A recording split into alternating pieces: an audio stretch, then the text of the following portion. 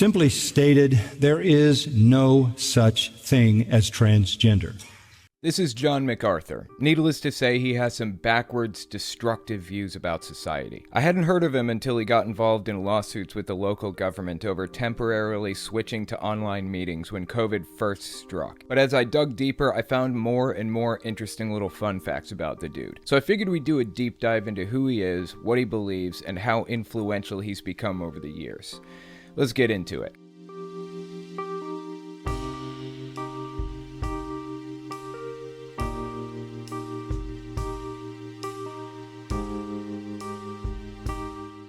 June 19th, 1939, John Macarthur was born to Baptist radio preacher Jack Macarthur. Preaching runs deep in this family. At almost 30 years old, February 9th, 1969, he was hired as a pastor for Grace Community Church in Sun Valley, California. They broadcast his sermons to radio and TV under the name Grace to You, one of the early televangelists. In 1986, he helped create the Master's Seminary, which basically amounts to a Bible school. They have 5 degree programs: Master of Divinity, Master of Theology, Doctor of Philosophy, Doctor of Ministry in Expository Preaching, and a Spanish language Master of Biblical Ministry. Not really sure how any of them are different from each other, but here's where it gets interesting. I'm sure we're all familiar with the Duggars, right? 19 kids and counting. One of the Duggars, Ginger, left Arkansas and moved to Los Angeles with her new husband, Jeremy Vuolo, where Jeremy started attending the Master's Seminary. I had no idea the Duggars were connected to John Macarthur. You can even see Ginger, Jeremy, and John Macarthur posing together for a picture. They're obviously from a very similar line of Christianity, an extreme branch. Although the Duggars follow something called the IBLP, the Institute in Basic Life Principles. It's something like a Christian denomination that goes a step further than standard evangelicalism and gets into some real weird territory. I've covered it on my channel before, so if you're curious about the IBLP specifically, check out that video. As I said, the Duggars are involved with the IBLP, but I haven't seen anything to indicate that John Macarthur is. Either way, their views are similar enough that Jeremy is training under John Macarthur to be one of his generals, if he isn't already by the time you see this video. John Macarthur's been involved in extremist Christianity for a very, very long time. In 2004, he was invited on Larry King Live to debate none other than Gavin Newsom, who had just been elected mayor of San Francisco, California, and kept that position until 2011. At a time when gay marriage wasn't very popular, Gavin Newsom came to its defense. Hillary Clinton, Barack Obama, John Kerry, and other famous Democrats didn't even support gay marriage at the time. But Gavin Newsom did. He might look like a scumbag politician, but that's something you have to respect. They brought John Macarthur and Newsom on to debate it at the time because George Bush was pushing for a constitutional amendment that would permanently ban gay marriage nationwide. So it was kind of a hot button issue. They also had a Republican congressman from Colorado and a gay journalist who was outed by a tabloid 8 years earlier in 1996. Check out this clip from the debate.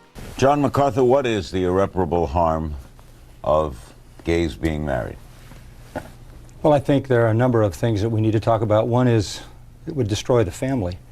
I mean, obviously, God designed the family to be a man and a woman to produce a child. It is the DNA, it's the genetic structure of civilization. If you don't have that, you don't have civilization, so you're striking it at the very core of its existence. But what does the state have to do with that? God can do it, and as a religious person you can practice it, but why should the state be involved in a marriage? Well, typically the state has always been involved in a marriage, and I think that because the state's responsibility is to uphold what is right, to uphold righteousness. I mean, it's in the fabric of human thinking. No, actually, it's not the state's responsibility to uphold morality or righteousness. It's the state's responsibility to protect rights. Nothing more, nothing less. I have a right to life, liberty, and the security of person, as the UN Declaration of Human Rights puts it. Every country in the world has some type of list of human rights. Guess what doesn't have a list of human rights? The Bible, at least not an accurate one. The Bible specifically calls for discrimination against certain groups in some cases. We should be using logic and reason to conclude which rights to which every human is entitled. If logic and reason doesn't grab you, then go with the Constitution or the UN Declaration of Human Rights. According to both of these documents, I have a right to life. Thus, the government has an obligation to prevent my murder or punish the murderer. The state should hold no stance whatsoever whatsoever on the morality of murder. It doesn't matter. If you want to dictate people's morality, then start a church. John MacArthur doesn't want to stop there. He wants to force his church's morality down everybody's throats: Muslim, atheist, Buddhist, and even other types of Christians. It isn't good enough for him to have control over his congregation. He wants to control the entire country, which is really at the heart of this gay marriage debate. Nobody's rights are being violated by two consenting adults getting married. Thus, the government shouldn't step in. But John MacArthur views it differently. It's a moral violation for people to get married, so the state should step in and regulate what is moral and what isn't. Let's keep watching. It's a choice you make. It's a sinful choice. Did you make a choice to be heterosexual? I don't think I had to make a choice to be heterosexual. I think that's a natural thing. Look at this. You can almost see the gears turning in his head, like he's starting to mull it over and realize his position is completely illogical. He didn't seem to have a response locked and loaded for this question. There are a couple of points throughout the debate at which it almost seems like this guy's thinking it over a little more than I expected him to. In a minute, we're going to watch the entire clip of him realizing that there are inconsistencies in his arguments. Before we continue, I want to mention something. If you like what I do and you want to see me continue to do it, you can support me in a few ways. First, there's Patreon. That's probably the best way. But if you want to get something back for your support, you can check out my Etsy shop. I just put these aluminum warning signs up for sale. If you want to keep Jehovah's Witnesses away, put one of these up. Or make $150, whichever. Warning: religious evangelists, $150 due immediately. Cash only, soul-saving messages not accepted. So if you want to keep all the religious evangelists away, get one of these. There's a link in the description and the pinned comment if you want to take a look. Okay, let's continue with John MacArthur. The next clip is the whole segment where he starts to connect the dots that maybe he has inconsistent beliefs. Check it out.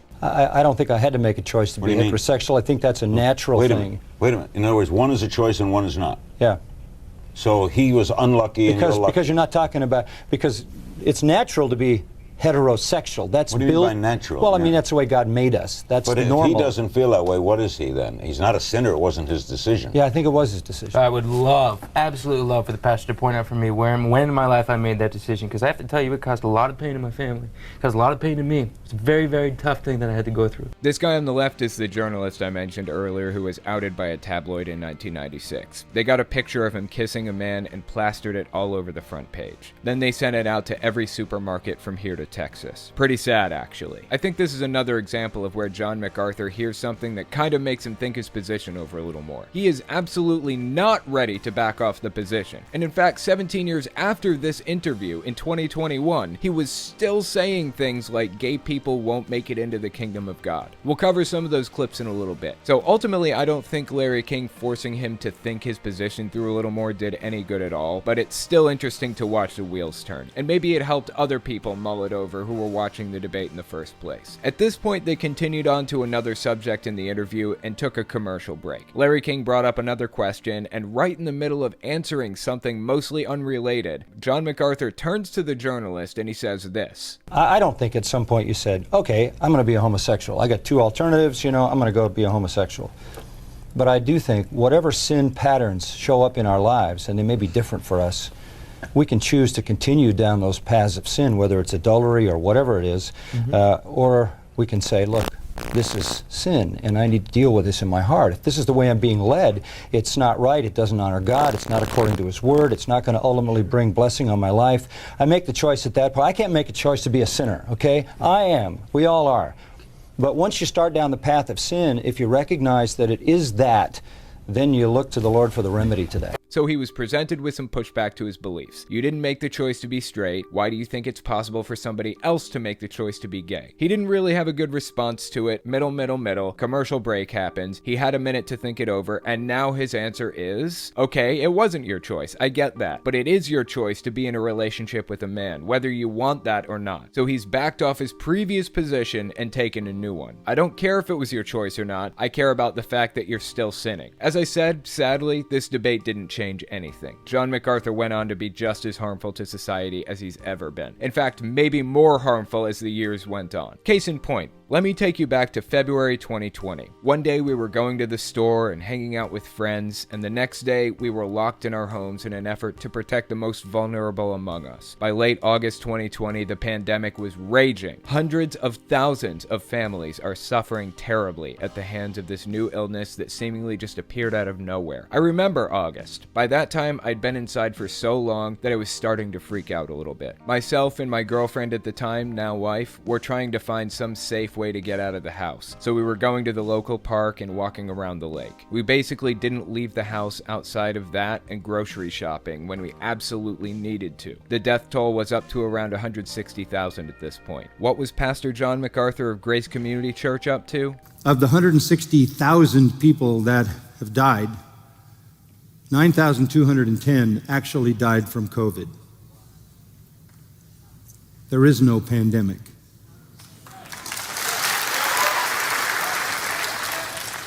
And that's what you've been thinking. We know there are reasons for this that have nothing to do with the virus.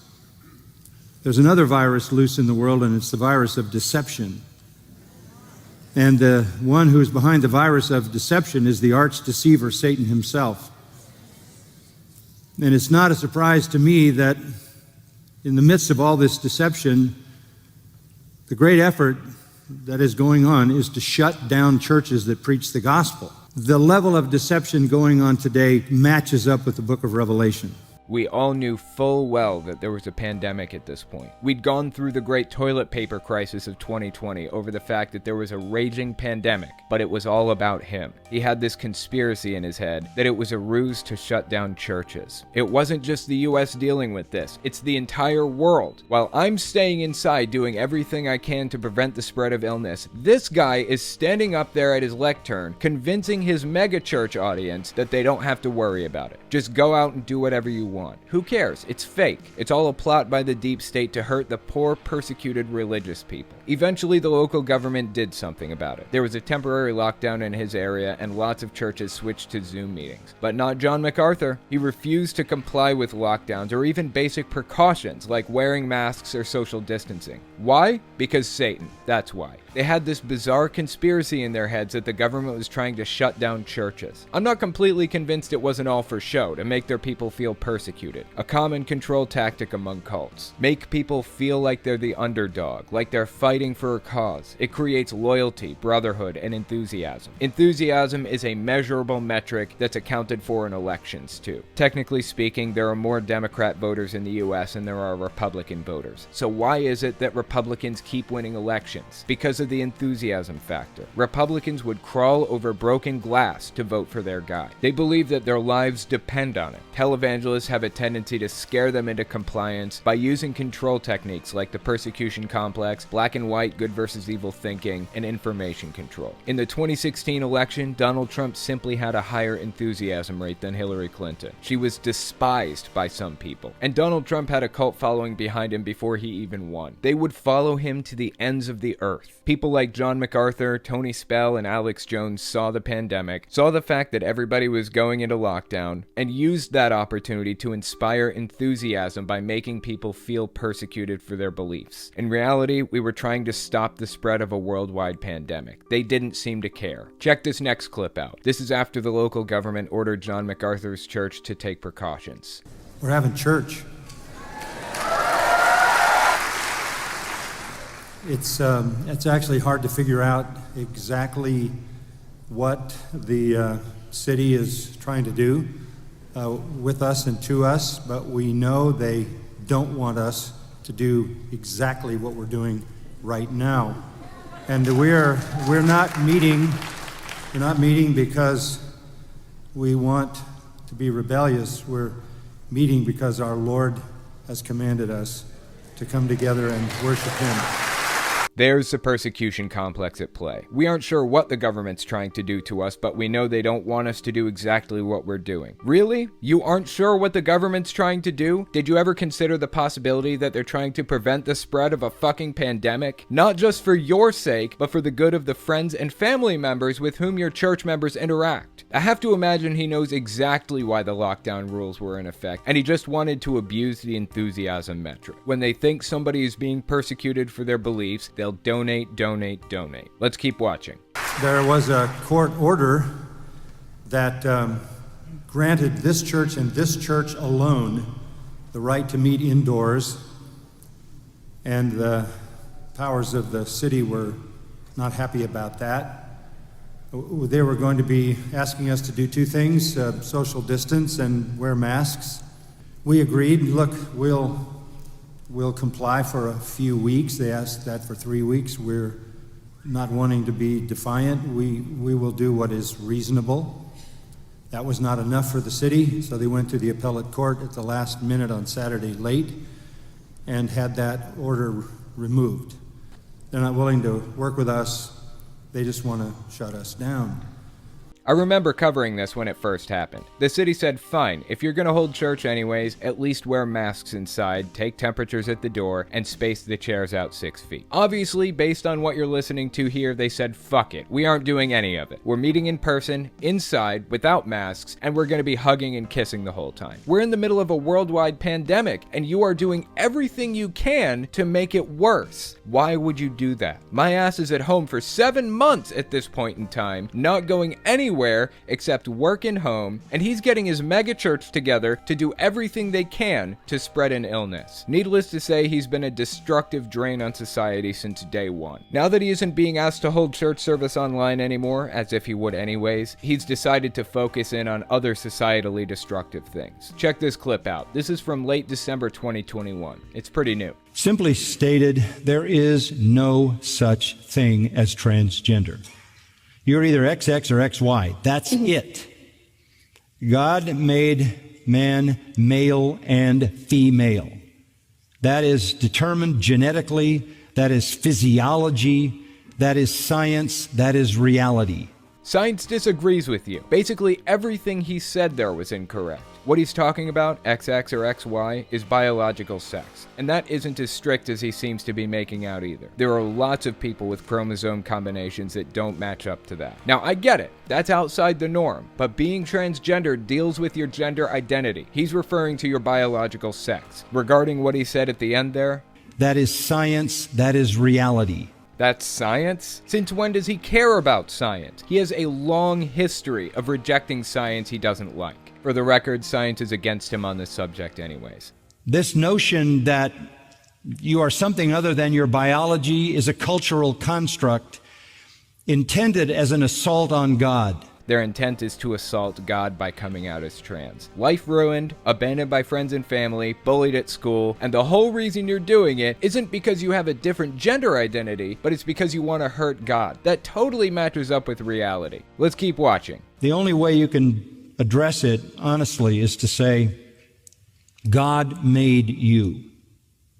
And God made you exactly the way He wanted you to be. You're not only fighting God in His physical creation, you are, even more importantly, fighting God in His sovereignty. You are fighting God in His spiritual relationship to you. This is a war on God. I'm not going to let God tell me who I am. I'm not going to let God define me. I'm going to be my own God. I'm going to define myself. And you're in Romans 1, and that's a reprobate mind. That's a mind that doesn't even function. You know, the same could be said about people who need hearing aids or knee surgery. As a matter of fact, looks like Mr. John Macarthur himself has a set of glasses on. God didn't make you that way, John. You should be happy exactly how He made you. God doesn't make mistakes. Why are you trying to correct something that God created? Seems like a reprobate mind to me. I feel like his arguments are so tired and easily defeated. The answers are obvious. Same with the argument Larry King gave. When did you make the choice to be straight? It's a choice you make. It's a sinful choice. Did you make the choice to be heterosexual? I don't think I had to make a choice to be heterosexual. I think that's a natural thing. Did you really not consider that? You're on national TV in a debate with somebody about gay marriage being wrong, and you're just now mulling this idea over? I feel like it's obvious at this point that this guy isn't a deep thinker. He's an ideologue and a demagogue. His history of damaging society goes all the way back to the 1960s, and he's still going strong. If you think this video is bad, you should see some of the clips he puts out about women. Did you ever thought about giving your wife a chance to preach? Or was it okay for the women to preach? I never had such a thought. Never. No, it's not okay for the women to preach. I permit not a woman to teach or take authority over a man, but to learn in silence. That's very clear in Scripture. A great force are the women who publish the good news. God uses women. That what Paul says to Timothy. She is saved in childbearing, living a chaste life, raising godly children. That's her legacy. That's her impact on the world. Have children. That's their legacy. That's their impact on the world. I think we found a presumably non-celibate incel. This is the kind of thing he comes out here and preaches about every week. To a megachurch, to a TV and radio audience. Too many people are picking up what he's putting down, and have been for decades. He probably still has many years of further societal destruction ahead. And as long as he's here preaching this kind of destructive message, I'll be here to call him out on it. Anyways, that's all I've got for you. Thanks for watching, guys.